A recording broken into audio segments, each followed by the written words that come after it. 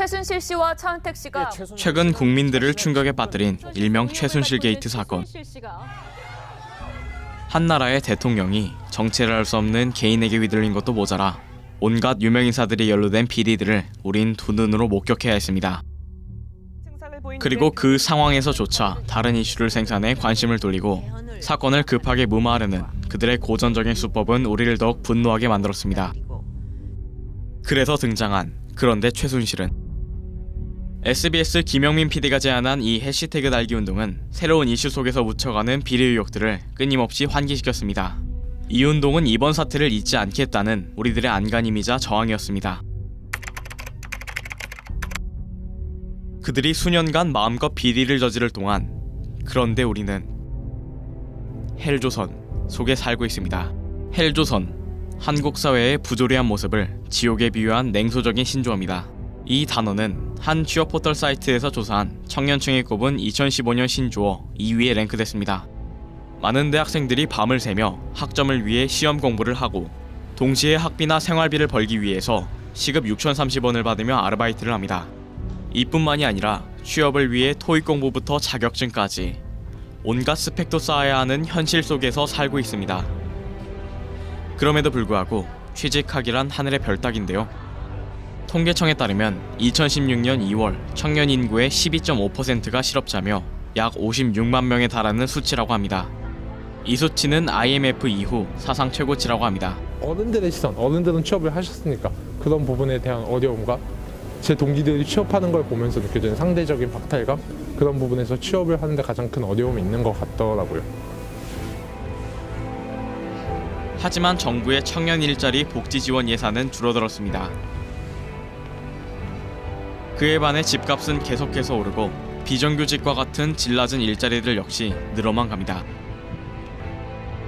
그래서 이번 사건의 시작인 최순실의 딸 정유라에 대한 특혜 논란은 우리들에게 상대적 박탈감과 좌절감을 가져다 주었습니다. 이화여대 체육특기자 전형에서 턱걸이로 특혜라는 것 자체가 일단 공평하지 못한 것이라고 생각합니다. 그래가지고 대통령을 등에 업은 실세의 부당한 권력을 활용해서 그러한 형평성에 어긋나는 행위를 했다. 대학과 정부가 합심해서 정유라, 한 개인에게 준 특혜들은 우리의 노력을 기만하고 또 비우는 행위였습니다. 결국 이번 정유라 사태로 성공의 여부는 노력이 아니라 수저의 색깔에 따라 결정된다는 헬조선의 절망적인 모습을 보여줬습니다. 자기 비하와 비관, 불신과 증오는 결코 그럼에도 불구하고 헬조선을 만든 양심 없는 현 정부는 개인의 문제로 치부하고 있습니다.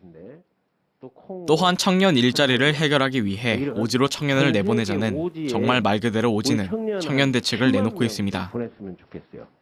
언어는 사회를 비추는 거울이다. 최악의 취업난, 온갖 사회적인 부조리, 그야말로 지금의 헬조선을 만든 현 정부가 생각해봐야 할 말입니다. 하지만 우리는 좌절하면서도 가만히 있진 않았습니다.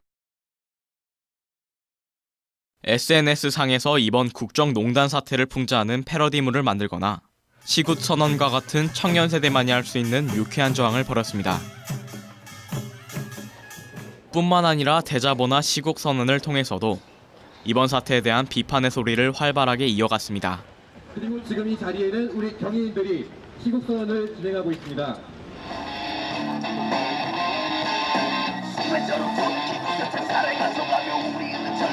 제대로 하지 않아도 학점 걱정 안 해도 되는 공주님으로 살고 있었습니다. 우리 학교도 지난 11월 3일 시국선언에 동참했는데요. 이렇게 왕족 같은 삶을 살고 있을 때 우리의 삶은 어떠했습니까? 우리는 항상 역사의 소용돌이 속에서 부패한 정권에 맞서 민주화를 외쳤습니다. 우리 학교 생활과학 대학 앞에서 그 흔적을 찾아볼 수 있습니다. 이 탑은 혁명 전개과정 중 사망한 이기태 열사를 기리기 위해 세워졌습니다. 청주에서 일어남으로써 그리고 여전히 부패한 정권을 향해 1960년 그때와 마찬가지로 우리는 비판의 행진을 이어가고 있습니다. 불안해하지 맙시다. 지금 여러분들은 역사의 격동에 서 있습니다. 풍랑 속에서는 방법이 중요한 게 아닙니다. 방향이 중요합니다. 무엇이 고단한 민중의 삶을 보듬어줄 수 있는 정치 권력인지, 어떤 길이 목 없는 자들의 몫의 편에 서는 길인지 부단히 고민해서 다 함께 방향을 찾아야 합니다. 우리는 그저 선거 때 한 표 행사하고 나머지 시간은 국가 권력이 알아서 권력을 행사토록 내맡겨두는 꼭두각시가 아닙니다.